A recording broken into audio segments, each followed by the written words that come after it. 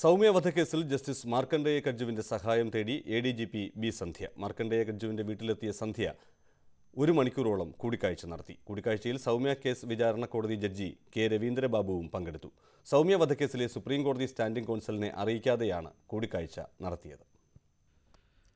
സൗമ്യ വധക്കേസിലെ വിധിയെ വിമർശിച്ച ജസ്റ്റിസ് മാർക്കണ്ഡേയ കട്ജു കോടതിയിൽ നേരിട്ട് ഹാജരാകണമെന്ന് സുപ്രീം കോടതി ഉത്തരവിറക്കിയ അതേ ദിവസമാണ് ADGPയും സംഘവും ജസ്റ്റിസ് കട്ജുവുമായി ഡൽഹിയിൽ അതീവ രഹസ്യമായി കൂടിക്കാഴ്ച നടത്തിയത്. ജസ്റ്റിസ് കട്ജുവിന്റെ വിമർശനങ്ങളിൽ കോടതിക്ക് അതൃപ്തിയുണ്ടെന്ന സൂചനകൾക്കിടെയും അന്വേഷണ ഉദ്യോഗസ്ഥരും പ്രോസിക്യൂട്ടറും വിധി പ്രസ്താവിച്ച വിചാരണ കോടതി ജഡ്ജിയും കട്ജുവിനെ സന്ദർശിച്ചുവെന്നതാണ് ശ്രദ്ധേയം.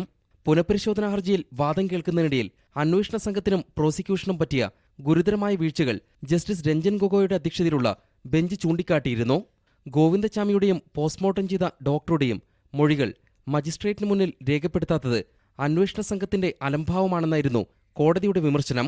അന്വേഷണ ചുമതലയുണ്ടായിരുന്ന ബി സന്ധ്യയും വിചാരണ കോടതിയിൽ വിധി പ്രസ്താവിച്ച ജഡ്ജി കെ രവീന്ദ്രബാബുവും വിമർശനമുന്നയിക്കുമ്പോൾ കോടതിയിലുണ്ടായിരുന്നു.